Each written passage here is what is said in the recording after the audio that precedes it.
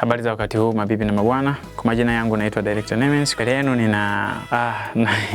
natambulisha video ya mwimbaji wa Injili anaitwa Pint Melody. Unaweza kumuita Apostle Steve.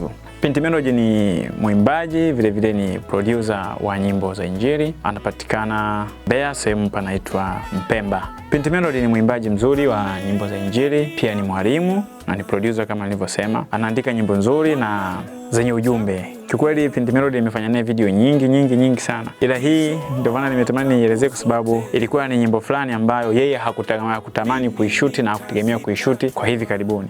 Ila tumekutana siku hiyo na Pint akawa na play nyimbo kwenye gari. Ilipofika nyimbo hii ya ameniambia nyamaza acha kulia. Kiukweli nyimbo mimi ilinigusa, nikamwambia rafiki yangu hii nyimbo tufanye video. Akawa alikuwa mbishi lakini baadaye akawa ameelewa. Basi tumeiandika script video. Itakuwa hivi, utavaa nguo hizi na hizi, utatumia location hizi na hizi.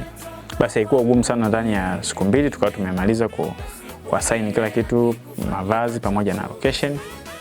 Tukaingia location. Na ndani Pint hii nyimbo alikuwa hajaipenda sana. Mwanzo kashoot shot moja, shot mbili, akamwambia boss, nimechoka bwana. Mimi siwezi endelea. Lakini kang'ang'aniza. Kama unavyoona kuna baadhi ya shot hapo ambazo amepanda juu ya jiwe. Hizo shot zote, yani nilishuti kwa shida sababu nimeshuti zaidi ya mara 4 shot moja. Kwa sababu anashuti tukifika dakika moja analalamika amechoka. Dakika moja mimi nimechoka, lakini kama unavyoona shot inavyopendeza hivyo. Namshukuru Mungu kwamba tulifanya kwa ukubwa. Shot hiyo nikaimaliza. Changamoto ya pili ikawa ni mwanadada aliyepiga saxophone. Hajawahi piga saxophone, hajui saxophone inapigwaje. Kwa hiyo tukaanza kumfundisha saxophone inapigwa hivi. Lakini namshukuru Mungu akafanya vizuri na ameonekana vizuri kwenye video kama mnavyomuona dada ameshika saxophone kama fundi anayejua kupiga. Hizo tabu zote mimi nitazitatua. Ameniambia